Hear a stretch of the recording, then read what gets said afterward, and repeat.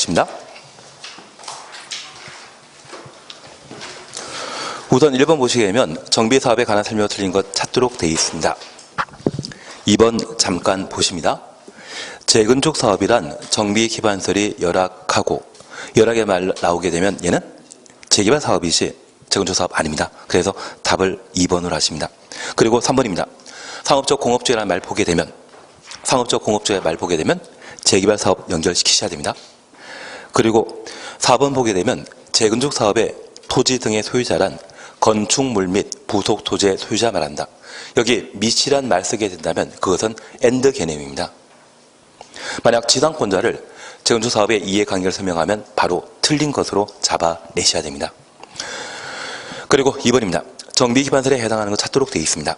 공동작업장, 마을회관, 공동수도, 어린이집 이러한 것들은 정비 기반설에 해당하는데 공원은 부대시설의 성격을 가지는 것으로서 정비 기반설입니다. 작년 같은 경우는 이 어린이집 대신 유치원을 시험에 낸 적이 있습니다.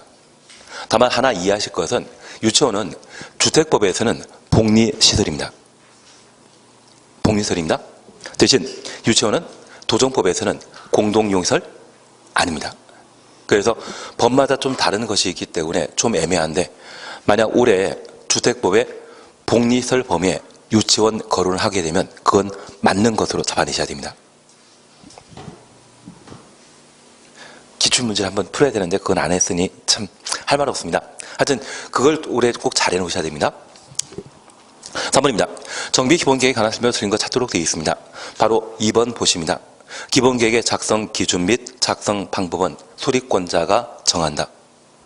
기준 정하는 자는 항상 국토교통부 장관이라는 것 잡아내셔야 됩니다. 그리고 동그라미 1번 봐주십니다. 시장 기본계획 수립하거나 변경할 때 국토교통부 장관에게 보고하여야 한다. 1번 맞습니다. 그런데 우리가 항상 생각하는 게 패싱하면 안 된다. 그 말 기억나시죠? 그래서 여기 정비 기본계획은 아주 예전에는 시도지사가 수립하면 시도지사가 장관에게 보고했었는데 도지사의 정비 기본계획 수립권을 도정법을 개정하면서 시장에까지 넘겨줬거든요. 그래서 국토교통부 장관에 대한 보고를 수정하지 않아 이 규정이 가능한 것입니다. 그래서 여길 뺀 나머지는 시장이 뭔가 계획을 작성하게 되면 누구에게 보고한다? 도지사. 여기만 시장이 작성한 정비기본계획을 누구에게? 국토교통부 장관에게 보고하도록 되어 있습니다. 아주 특이한 내용이기 때문에 꼭 한번 기억해 주셔야 됩니다. 그리고 3번입니다. 기본계획에 생활권 동그라미 놓습니다. 기반시설 설치 계획이 포함된 경우에는 기본계획에 포함되어야 할 사항 중에 정비 예정구역의 계략적 범위와 단계별 정비사업 추진 계획이 생략될 수 있다. 그래서 생활권이란 말 나오게 되면 정비기본계획의 다양한 내용 중에 정비 예정구역과 정비 예정구역별 정비계획 수립 시기는 생략 가능하다라는 것을 꼭 잡아놓으셔야 됩니다. 이게 다시 시험에 나오게 되면 이 3번의 패턴이 시험에 나오게 될 겁니다. 꼭 한번 기억해 주십시오. 그리고 4번입니다. 대도시장을 제외한 시장이 기본계획 수립하면 도지사의 승인 받아야 된다. 상황 한개 기억하시면서 파악하시면 충분히 가능하지 않나 싶습니다. 그리고 앞으로 우리 약속하셨습니다. 도시군 기본계획을 제외한 공법상 기본계획은 계획기간이 몇 년이다? 10년. 타 당선검토는 몇 년마다? 5년마다. 그래서 기본되는 계획은 계획기간이 항상 10년으로 잡아놓는 겁니다. 그래서 3번을 답을 2번에 넣습니다. 4번입니다. 정비구역 등에 관한 설명을 드린 것 찾도록 되어 있습니다. 2번 보시게 되면 정비구역 지정하려면 관계 행정기관과의 협의 주놓습니다. 지방도시계획원의 심의 거쳐야 된다. 협의한다 안 한다? 강제로라도 외워주셔야 됩니다. 정비사업하는 장소는 주거적, 상업적, 공업지역이고 이 주상공에는 보존할 만한 산이나 농경지 없습니다. 그래서 통상 도시개발법과 국토계획법에 관계 행정기관과의 협의를 정해놓고 있는데 그 협의는 농지를 도로 만드는 데 사용하게 되면 농지를 관할하고 있는 농림부 장관과 뭔가 협의해야 되지 않겠습니까? 그런데 정비 사업이 이루어지는 주상공에는 보존할 만한 농지나 산이 없기 때문에 관계 행정기관과의 협의 절차 한다 안 한다? 안 한다. 안 하고 바로 뭐 합니까? 도시계획인의 심의 절차 거친다라는 것을 잡아주셔야 됩니다. 지금 문제 풀고 있습니다. 그리고 4번 풀고 있습니다. 그리고 이 4번에 2번은 꼭 봐야 됩니다. 4번에 2번은 꼭 봐야 됩니다. 그래서 1번은 답이 2번이고 2번의 답은 5번이고 3번의 답은 2번이고 4번은 2번인데 하여튼 이것만 다 하셔야 됩니다. 작년에도 이걸로 좀 했거든요. 작년에 까다롭게 나왔는데 불구하고 도정법 했던 데에서 한 4문제 정도 나왔습니다. 대신 그 4문제 맞추려고 하면 엄청난 노력을 해야 되기 때문에 아예 찍는 게 저는 마음 편하다 생각하고 있습니다. 대신 이것만큼은 해놓으셔야 됩니다. 그리고 3번입니다. 정비구역 지정권자는 정비사업의 효율적 추진, 도시경관 보호를 위해 필요하다 인정하는 경우 서로 연접한 정비구역을 하나의 정비구역으로 통합하여 지정할 수 있다. 통합 동그라미 해놓습니다.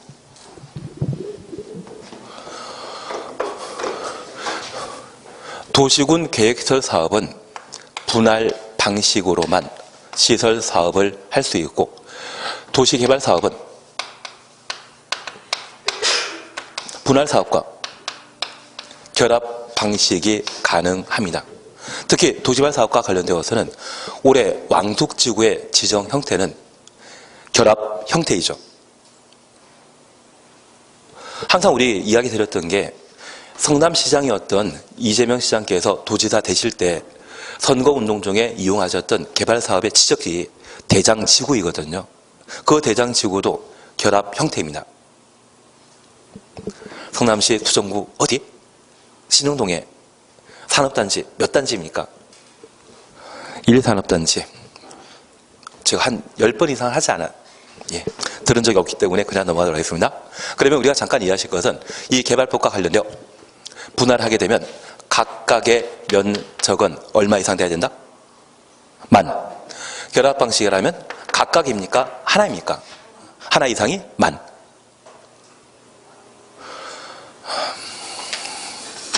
그런 표정으로 보시면 제가 앞을 잠깐 보도록 하겠습니다. 53페이지 봐주십시오. 53페이지 봐주십시오. 53. 나중에 제가 문제풀이 하게 되면 이 요약집 가지고 볼 거 보고 문제풀이 하겠습니다. 그게 더 나을 것 같습니다. 53페이지 보시게 되면 니은 요건 찾으셨죠? 그리고 가버립니다. 지정권자는 분할할 수 있다. 한 줄 밑에 분할 후 각 사업 시행 지구의 면적은 각각 10,000제곱미터 이상일 것. 그리고 나버립니다. 결합하여 지정할 수 있습니다. 이 경우 면적 각각 면적이 10,000제곱미터 이상인 지역이 하나 이상 포함된 경우로 한다. 그래서 우리가 기억하실 것은 분할 방식일 때는 각각 10,000 이상. 그리고 결합이라 말 쓰게 된다면 하나 이상이 10,000. 그거 잡아주시는 게 필요합니다. 특히 작년에 왕숙지구에 대한 도시개발구역 지정 형태가 어떤 형태였습니까? 결합 형태이기 때문에 그와 관련된 시사성 있는 문제로 우리가 잡으셔야 됩니다. 그리고 정비사업과 관련되어서는 저 분할 결합 외에 뭐도 가능하다? 통합도 가능하다는 것을 기억해 놓습니다. 그래서 통합 가능한 것은 오직 어디만? 정비사업만. 그래서 제가 이 말씀 하나 드린 것 있습니다. 분양할 아파트 세대 수는 달랑 500세대인데 조합원 수가 1,000명인 정비구역과 분양 예정인 세대 수는 2,000세대인데 조합원이 달랑 1,000명인 경우가 있거든요. 하나는 사업 안 됩니다. 각각 정비구역 지정했지만 한쪽은 사업 안 되고 어느 정도 한쪽은 될 수 있는 상황이라면 얘를 묶어버릴 수 있죠. 그걸 뭐라 한다? 통합이라 표현합니다. 정비사업에 있어서는 모두 가능하다? 통합 방식 가능하다라는 걸 잡아 놓는 겁니다. 그래서 만약 시험에 처음 보는 거 아니시죠? 시험에 도시군 계획설 사업은 효율적으로 사업 추진하기 위해 분할하거나 결합하여 사업할 수 있다. 이 말 나오면 드립니다. 지하철 사업은 오직 뭐만? 분할만. 통합까지 가능한 것은 정비 사업만 가능하다라는 것 확인해 놓습니다. 4번입니다. 정비구역의 지정권자는 정비계획 포함한 정비구역 지정 고시한 때 국토교통부 장관에게 보고하여야 한다. 국토교통부 장관의 보고 있습니다. 왜? 2년 전까지만 하더라도 정비구역 지정한 자는 지도지사였거든요. 지도지사가 정비구역 지정하면 누구에게? 장관에게 보고하도록 되어 있는데 이번에 법이 개정되어 정비구역 지정하는 자는 누구이다? 특광시군이라는 거 기억하시고 시장군수도 정비구역 지정하게 되면 누구에게 보고한다? 국토교통부 장관에게 보고하도록 되어 있습니다. 5번입니다. 정비계획 위반권자는 재건축사업 추천없습니다.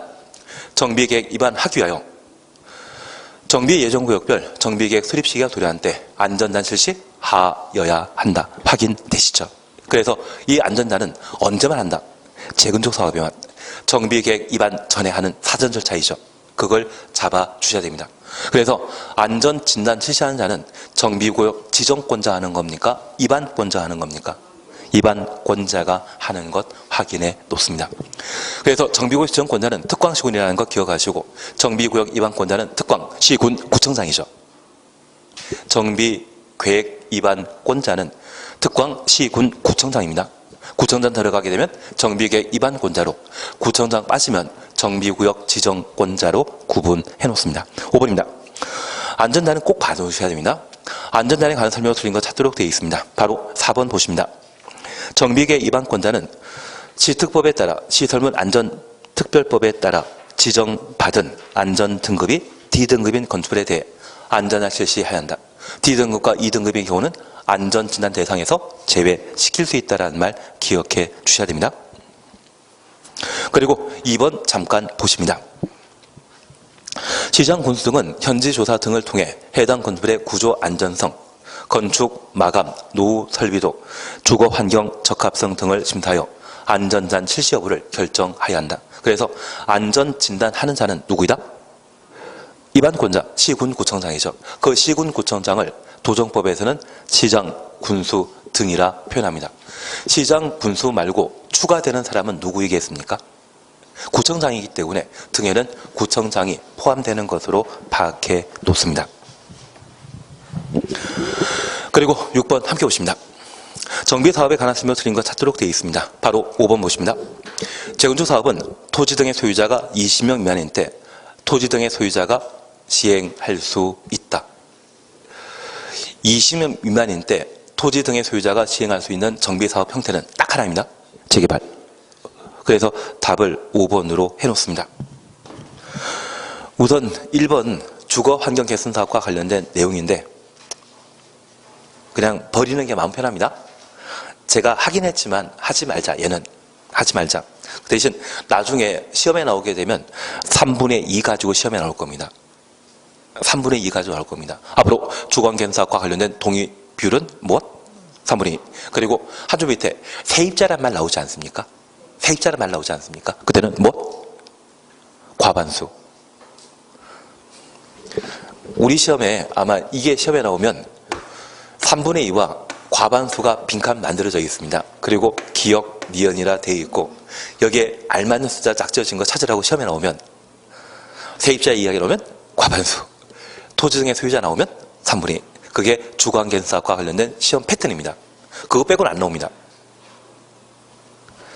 전입관 미친 놈처럼 세 줄씩이나 지문 구성했지 정상적인 출제위원들은 이런 주문 안 만듭니다.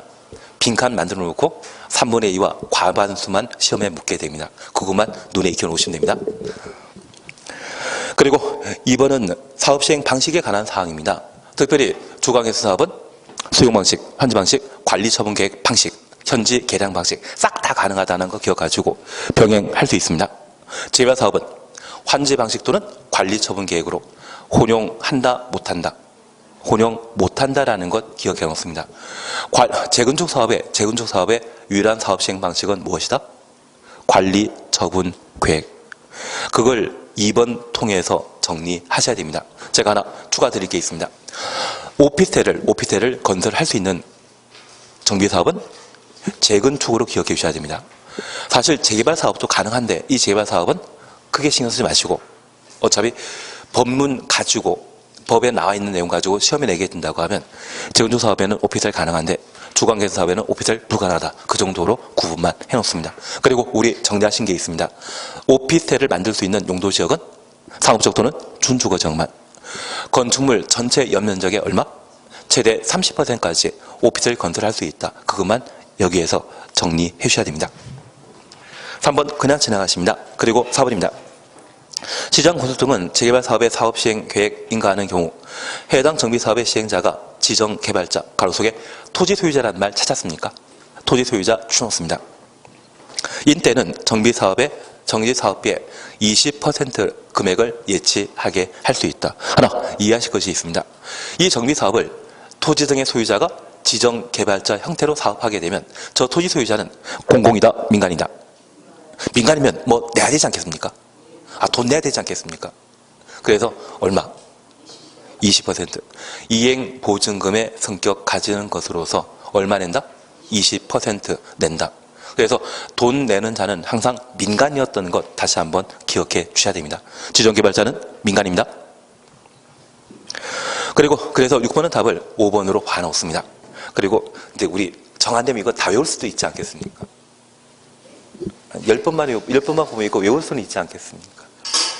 그리고 도정법의 문제 몇 개는 해결되시거든요. 정한되면 이것만이라도. 예, 7번입니다. 정비구역 해제해야 하는 것 찾도록 되어 있습니다. 답은 5번인데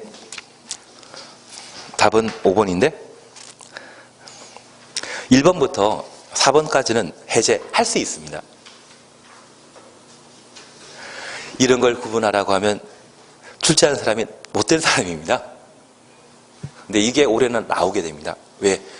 이걸 올해 법을 개정해놨기 때문에 아마 꼭 내게 될 겁니다. 다만 이런 문제 나오면 맞춘다, 때려친다, 때려치자, 잘 찍자 그런 쪽으로. 대신 제가 하나 부탁드릴 게 있습니다. 나중에 한번 하긴 할 텐데 나중에 하겠습니다. 이 정비구역 해제하는 원칙이 있는데 그 원칙에 대해서는 나중에 제가 외울 것 딱 몇 개 하고 그리고 왜 그렇게 되는지를 딱 한번 나중에 설명드리겠습니다. 문제풀이 할 때 한번 설명하겠습니다. 오늘 도정법이라는 이상한 거 공부하셨기 때문에 정신적 충격이 크지 않으십니까? 이 상태에서 또 하면 더 안 좋을 것 같습니다. 그래서 얘는 그냥 제끼자. 해제는 제끼자. 답 5번으로 해주시고 8번입니다. 정비사업 시행방식으로 허용되지 않는 것 찾도록 되어 있습니다. 1번 인가받은 관리처분 계획에 따라 주택 등을 건설하여 공급하는 방법과 환지로 공급하는 방법을 혼용하는 방법에 의한 재건축. 우리 약속하셨습니다. 재건축에 대한 유일한 사업 시행 방식은 뭐만이다? 관리처분 계획. 환지와 혼용한다. 이 말 자체가 성립되지 않습니다. 이 혼용한다는 말은 주거 환경 개선 사업에서만 혼용 가능한 겁니다. 재개발 사업에는 혼용할 수 있다 없다? 없다. 재개발 사업은 오직 환지 아니면 관리처분 계획, 전부 환지 아니면 전부 관리처분 계획이라는 것 기억하시고 혼용은 어디만 가능하다? 주거 환경 개선 사업만 가능합니다. 9번입니다. 정비사업조합에 관한 설명을 드린 것 찾도록 되어 있습니다. 바로 4번 보십니다. 재개발 사업 추진위원회가 조합 설립하고자 하는데 토지의 소유자 3분의 2, 총수 3분의 2, 면적 2분의 1 이상의 동의 받아야 된다. 재개발 조합과 관련된 설립 요건은 1, 2, 3, 4를 뒤집어 놓은 4, 3, 2, 1입니다. 재개발 조합의 설립 요건은 4, 3, 2, 1이라는 것 기억해 놓습니다. 다만 이 4번 패턴은 작년에 시험에 나왔기 때문에 올해 안 나옵니다. 올해 나오는 것은 가번입니다. 투기과열지구 안에 재건축, 투기과열지구 안에 재건축 확인되신 겁니다. 조합 설립 인가구, 재개발 사업의 경우는 관리처분 계획 인가구, 정비 사업의 건축물 등을 매수한 자는 조합은 낼 수 없다. 상속 이원 제외라는 것 확인해 놓습니다. 올해 이거 가지고 낼 겁니다. 그리고 우리 하나 더 기억하고 계신 게 있습니다. 투기과열지구 안에 분양받은 자는 향후 5년 이내는 분양받을 수 없다. 투기과열지구와 관련된 분양 제한을 기억해 주셔야 됩니다. 그리고 2번입니다. 조합 임원의 선임 해임 가로 해놓습니다.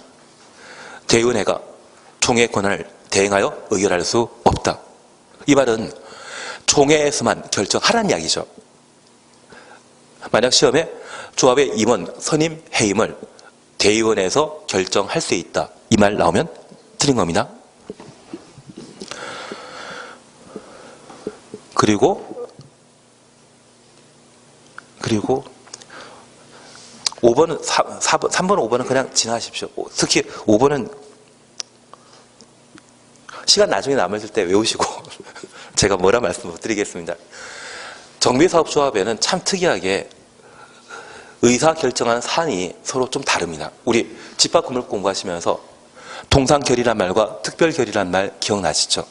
재건축과 집합건물 공부하셨습니까? 집합건물법, 관리단 집회. 그러면 저도 안 하도록 하겠습니다. 그것처럼 여기도 참 사안마다 의사결정 방법이 서로 다르기 때문에 이걸 외우라고 제가 뭐라 말씀 못 드리는데 그 중에 하나가 5번입니다. 대신 5번은 그냥 하지 말자. 10번입니다. 조합에 관한 설명 순위가 찾도록 되어 있습니다. 1번입니다. 토지 등의 소유자가 재개발 사업을 시행하고자 하는 경우 토지 소유자로 구성된 조합을 설립하여야만 한다. 이것 좀 무리수가 있는데 재개발 사업은 현재 토지 등의 소유자가 몇 명? 20명 미만인 때는 조합 설립하지 않고 사업 시행할 수 있습니다. 그래서 지금 본문 속에 만자 들어갔다 해서 이 질문 틀린 겁니다. 근데 제가 만든 유형 아니고 이거는 기출문제 패턴입니다. 그래서 만자 들어가면 웬만하면 틀린 질문으로 바뀌어 있습니다. 그리고 2번입니다. 조합에 두는 임원 수는 조합에 두는 이사의 수는 3명 이상으로 하고 감사의 수는 1명 이상, 3명 이하로 한다. 100명 초과란 말 추정했습니다. 100명 초과란 말 추정했습니다. 이 경우는 이사의 수를 5명 이상으로 한다. 그리고 3번 올해가 아니라 10월 24일 날 시행될 내용입니다. 조합장은 선임일부터 언제까지 관리처분계획 인가받을 때까지 거주하여야 한다. 4번 10월 24일 날 시행될 사안입니다. 정비구역에 위치한 건축물 또는 토지를 몇 년 이상? 5년 이상 소유하고 있어야 조합 임원이 될 수 있다. 그리고 5번입니다. 대의원에는 임기 중에 고리된 조합장을 보궐 선임할 수 없다. 여기 조합장은 임원이다 아니다. 조합장은 임원이다 아니다. 임원이지 않습니까? 임원의 선임은 어디에서만? 총회에서만 결정하지 않겠습니까? 그래서 대의원회는 조합장을 보궐 선임할 수 없다. 이 말은 맞는 지문입니다. 공법상 없다라 나오면 열의 9은 틀리다고 했고 열의 하나는 맞는 지문입니다. 그 중에 하나로 이해해 주십시오. 11번입니다. 관리처분계획에 관한 설명을 드린 것 찾도록 되어 있습니다. 1번입니다.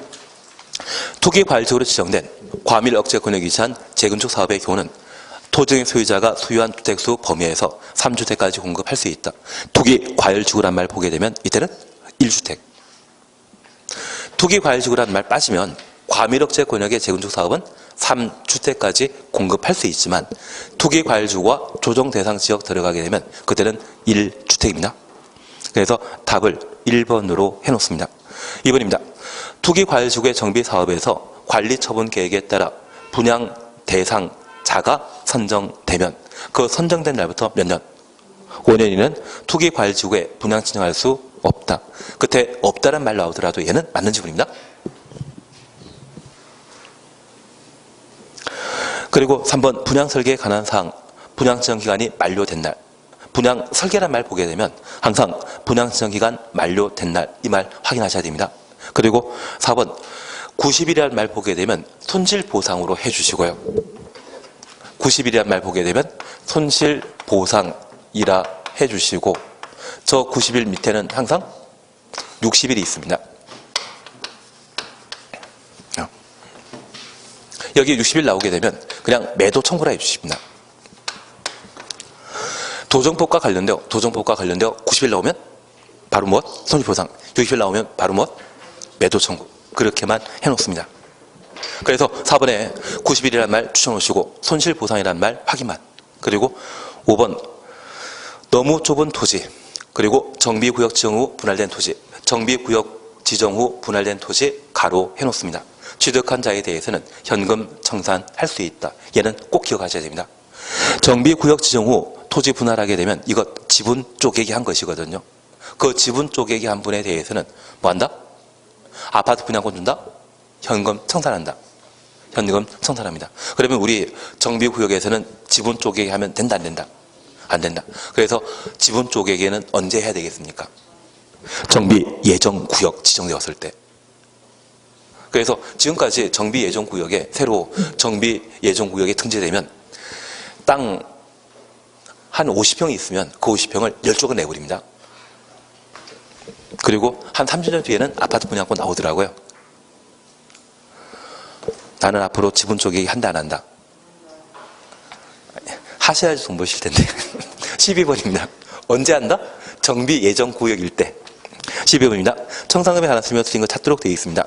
바로 4번 보시게 되면 청산금을 징수할 권리는 소유권 이전 고시한 날부터 5년간 행사하지 않으면 소멸한다. 다음 날이란 말 빠졌죠.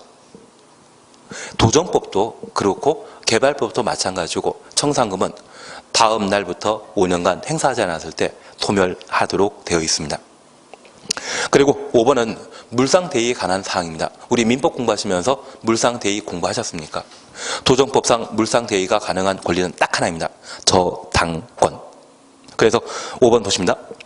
정비사업 시행지역 안에 건축물에 대한 저당을 설정한 권리자는 그 건축의 소유자가 지급받을 청산금에 대해 청산금 지급하기 전에 압류 절차 거쳐 저당권 행사할 수 있다. 근데 민법 시간에 물상대의 공부하셨지 않습니까? 아닙니다. 제가 할 일만 하도록 하겠습니다. 그냥 건너가십니다. 그리고 건축법 하시는데 쉬었다 하십니다. 쉬었다 하시는 게 나을 것 같습니다.